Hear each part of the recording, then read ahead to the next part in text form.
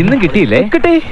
എന്തായിരുന്നു വിഷയം? ദിവസങ്ങൾക്ക് മുൻപ് ജീവനക്കാരിൽ ഒരാൾ ദിയയുടെ ഭർത്താവ് പൂവാലന്മാരെ പോലെ പെരുമാറുന്നു എന്ന് പ്രതികരണം നടത്തിയിരുന്നു. ഞാൻ ഓരോ മണ്ടത്തരം പറയും, അതും കേട്ട് വള്ളി പിടിച്ചോണ്ട് വരലാണ് അവന്റെ മെയിൻ പരിപാടി. പെൺകുട്ടികളുടെ നമ്പറിൽ രാത്രി 2 മണിക്കും 3 മണിക്കും വിളിച്ചിട്ടാണ് ഇത് പാക്ക് ചെയ്തോ അത് പാക്ക് ചെയ്തോ ദിയയുടെ ഹസ്ബൻഡ് നമ്മുടെ ചോദിക്കുന്നത്.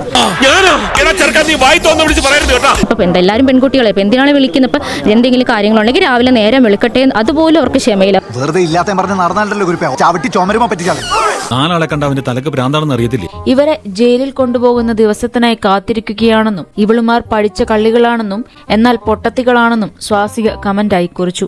ഇവളുണ്ടല്ലോ 10 രൂപ കൊടുക്കാന്ന് പറഞ്ഞ പൂരപ്പറമ്പിൽ പബ്ലിക് ആയിട്ടിരുന്ന് മൂത്രമൊഴിക്കുന്ന കക്ഷിയാ. അവർക്ക് രാത്രി 1 മണി 2 മണിയൊക്കെ ആകുമ്പോൾ വിളിച്ചിട്ട് ഹലോ എന്ത് ചെയ്യുന്നു, ഇങ്ങ് പൂവാലന്മാരെ പോലെയാണ് സംസാരിക്കുന്നത്. കാണ്ടാമൃഗത്തെ വേണേ കണ്ടോ.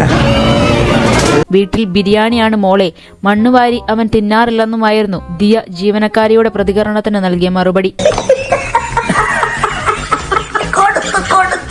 ഇങ്ങനെയുള്ളവരുടെ ചെപ്പക്കുറ്റിയടിച്ച് പൊട്ടിക്കണമെന്നും സ്വാസിക ദിയയുടെ മറുപടിക്ക് കമന്റായി നൽകിയിട്ടുണ്ട്.